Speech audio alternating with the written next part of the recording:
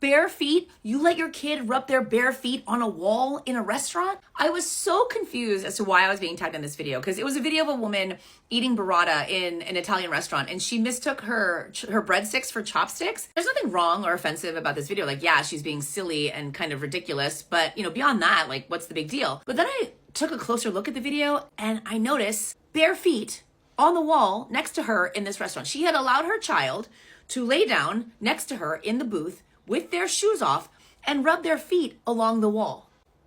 It's a restaurant with other people in it. So naturally, people in the comments are like, hey, like, what are you doing filming yourself and not like minding your kid? Or like, why are you allowing your kid to do that? She's very defensive and she's like, what did you want me to do? Am I supposed to scream at him and punish him? It's like, there's a big leap from redirecting and helping your child understand why it's not appropriate to have their shoes off and on a wall in a restaurant, to screaming and punishing. Like there's a big gap in between that. But the weirdest response, in my opinion, that she gives was a response that she herself didn't write at all. She had ChatGPT write it. Here's ChatGPT's answer to why people leave mean, quote, educational comments.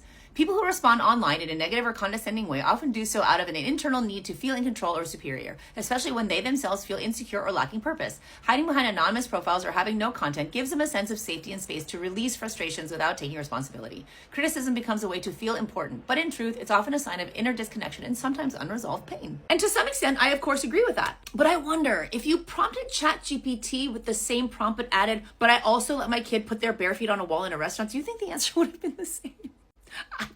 I don't feel like it would have been. But this is what I mean. When parents aren't parenting their kids and they're allowing them to do things like this, it makes it harder for people to want kids in public spaces.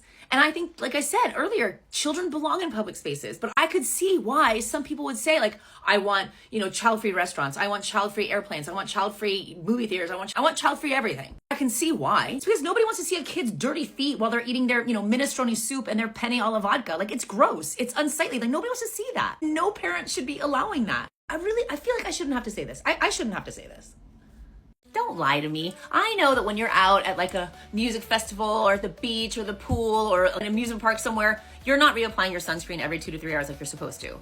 Neither am I. Number one, I don't like how it feels on my hands, when I apply it and I can't like immediately wash it off. And number two, because I'm in all likelihood wearing some kind of makeup and I don't want to rub it off by putting on sunscreen, which is why when I saw this Kopari Sunglaze Sheer Setting Mist, I was like, this is genius. It's got an SPF of 50, but it comes in a spray. So not only do I not have to use my fingertips to apply it, it's also a setting mist. So it will not only like not disturb my makeup, it'll actually help keep it in place. That's so smart. That's so smart. Also, look how pretty it is. Isn't that so beautiful? When you're out, like at the pool or, at the beach with your kids or like those soccer tournaments, those are like fucking 12 hours long. Now you don't have an excuse to not reapply your sunscreen, and it's so important that you do. We know protecting our skin is so important, not to just how we look, but to our health. So all you do is take it, spray it.